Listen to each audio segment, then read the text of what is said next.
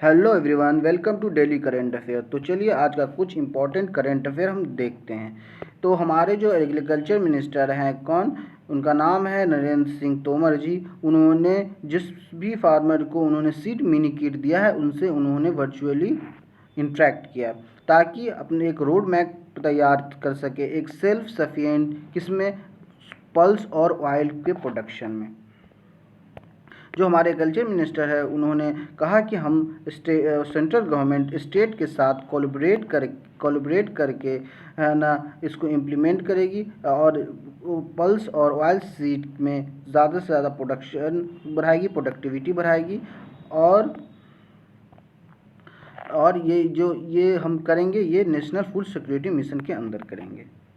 उन्होंने ये भी बताया कि पहले 2014-15 से अभी तक काफ़ी इंक्रीज़ हुआ है प्रोडक्शन में। जो 14-15 में जो ऑयल सीड की प्रोडक्शन होती थी वो होती थी 27.71, वो बढ़कर अब हो गई है 36.57। और उसी तरह अगर पल्स प्रोडक्शन में हम देखें तो 2014-15 का जो प्रोडक्शन था वो 25.56 मिलियन टन था। अब वो 17.15 मिलियन टन था। अब वो बढ़ के 25.56 मिलियन टन हो चुका है। ठीक है। जो हमारे यूनियन मिनिस्टर है जितेंद्र सिंह, उन्होंने अपने एमपी लेड क्या है, एमपी लेड सब हर एमपी को अपना कुछ फंड मिलता है ताकि वो अपनी कंस्टिट्यूएंसी में डेवलपमेंट का काम करा सके। तो उन्होंने 2.5 करोड़ एमपी लेड फंड का उन्होंने यूज़ किया है और उन्होंने कोविड प्रोक्यूरमेंट की है, मतलब सामानें खरीदी हैं कोविड रिलेटेड मटेरियल्स की अपने कॉन्स्टिट्यूएंसी के लिए। उनका कॉन्स्टिट्यूएंसी कौन सा है? उधमपुर, कथुआ, दोहा लोकसभा कंस्टिट्यूएंसी। जो इंडिया में 3 फ्लाइंग ट्रेनिंग एकेडमी स्टार्ट होने जा रहे हैं, ये किसके तहत स्टार्ट होने जा रहे हैं? ये होने जा रहे हैं liberalised flying training organisation policy के तहत। किसके लिए? एयरपोर्ट अथॉरिटी ऑफ इंडिया के लिए।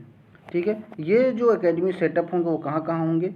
वो होंगे बीला गावी, जलगांव, काला बुरई, खजुराहो, लीलाबाड़ी में। ये इस जगह पे ये सेंटर्स स्टार्ट होंगे।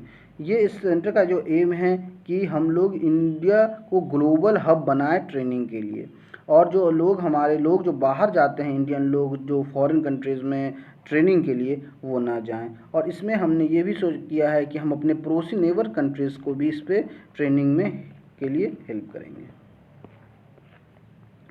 अब हम बात कर लेते हैं India cycle for change challenge के बारे में।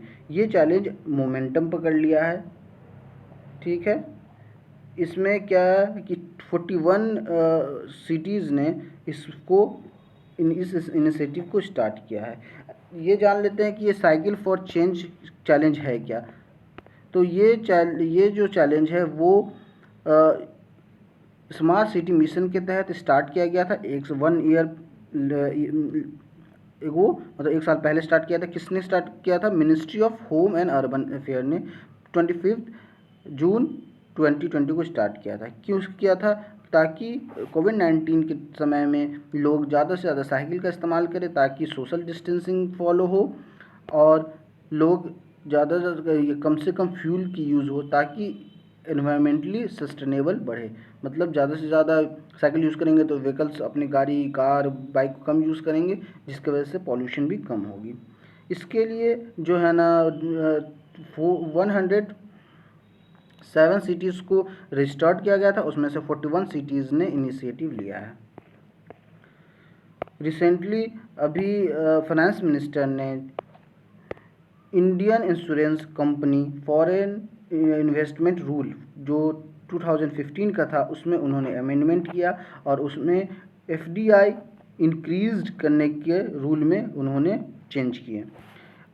अब उनमें क्या चेंज किया? उन्होंने जो इंश्योरेंस अमेंडमेंट बिल 2021 में क्या उन्होंने एफडीआई को इंक्रीज कर दिया है 49% से 74% से। 49% मतलब कि ज़्यादातर स्टेक जो भी कंपनी होगी वो उसमें इंडिया की रहेगी, लेकिन अब ऐसा कर रहा है कि अब बाहर की कंपनी 74% तक का है ना किसी भी कंपनी में स्टैक ले सकती है, ठीक है। लेकिन क्या है कि लेकिन 47% की तो होगी बाहर की कंपनी की उसमें हिस्सेदारी, पर जो मैनेजिंग पर्सन होगा वो इंडियन ही सिटीजन होना चाहिए। हमारे नेशनल कोस्ट गार्ड पे ऑफ शोर पेट्रोल व्हीकल सजग को कमीशन कर दिया गया है, ठीक है। और सजग के अलावा 4 और भी कमीशन पहले जा चुके हैं, उसमें से 3 जो है वो इंडिजीनियस डिज़ाइन है, मतलब इसने हमारे कंट्री ने खुद डिज़ाइन किया है। किसने बनाया है इसको? गोवा शिपयार्ड लिमिटेड ने 3 बनाया है, ठीक है। और ये जो साजग OPV है, मतलब कि ऑफ शोर पेट्रोलियम व्हीकल, उसके अलावा जो 4 है वो ये हैं कि ICGS सक्षम, ICGS Sachet, ICGM Sujit, ICGS सार्थक, ठीक है। ये जो ये OPV हैं वो एक एडवांस्ड टेक्नोलॉजी इक्विपमेंट वीपन और सेंसर कैपेबल हैं। वो ट्विन इंजन हेलीकॉप्टर और 4 हाई स्पीड बोट को कैरी करने की कैपेबिलिटी रखते हैं। अभी आपने बहुत न्यूज़ में सुना हो इजराइल और फिलिस्तीन में वायलेंस का जो भी खबर आया है, उसके लेकर जो ऑर्गेनाइजेशन ऑफ इस्लामिक कोऑपरेशन है वो यूएन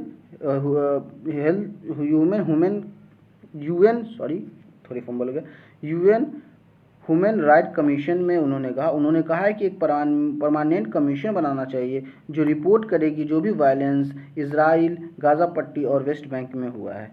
उसके लिए एक परमानेंट कमीशन बनाना चाहिए जो इंडिपेंडेंट हो और सारा रिपोर्ट है ना यूएन में लाके दे।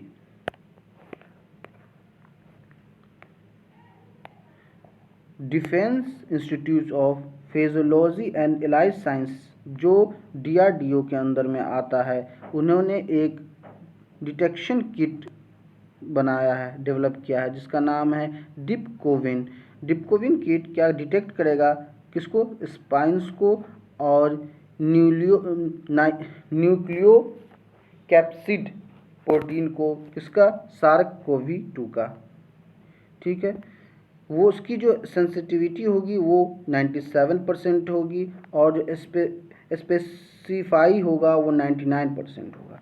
इस किट्स को डेवलप करने में उनका हेल्प किया है वैनगार्ड डायग्नोसिस प्राइवेट लिमिटेड, जो दिल्ली बेस्ड कंपनी है।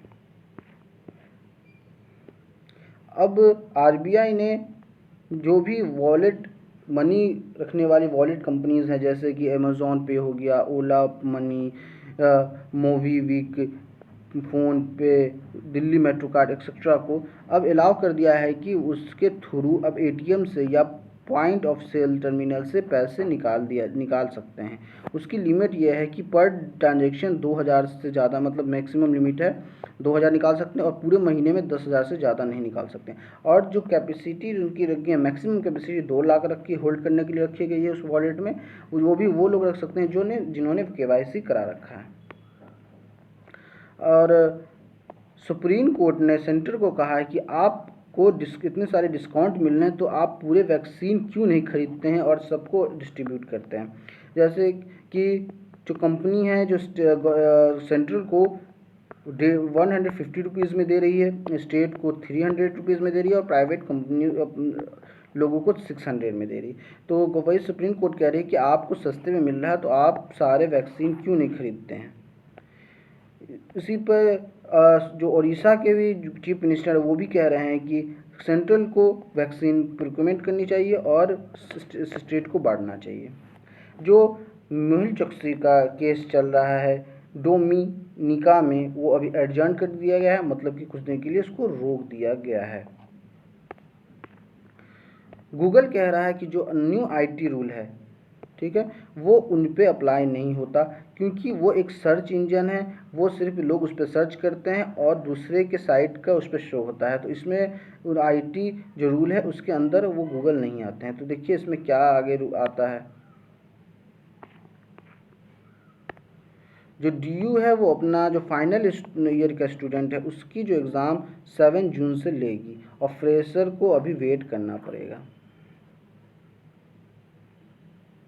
जूही चावला ने जो PIL डाला था 4G 5G नेटवर्क को लेके कि इस पर स्टडी करनी चाहिए, पहले उसको ट्रायल करने से पहले जो उसकी स्टडी करनी चाहिए कि इससे कोई ह्यूमन, एनिमल या बर्ड्स या फ्लोरा फौना इंसेक्ट किसी को भी कोई तो हार्म तो नहीं हो रहा। इसको लेके उन्होंने PIL डाला था, उसको हाई कोर्ट ने डिसमिस कर दिया है।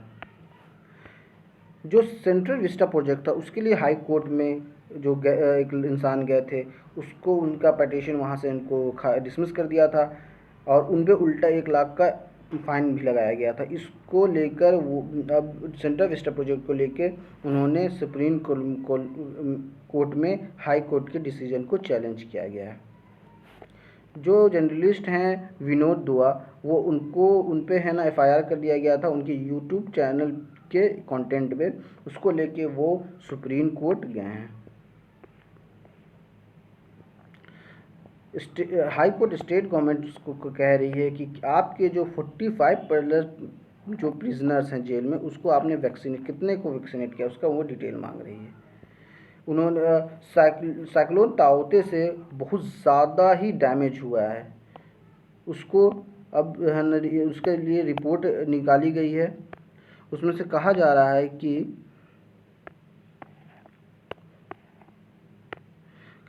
है कि लगभग इससे 9 कैटल्स 4707 पोल्ट्री बर्ड्स और जो जिसकी अमाउंट लगभग 2.9 लाख की थी, ठीक है, उसमें लगभग 359 कैटल्स के शेल्टर रिपेयर कराने पड़ेंगे।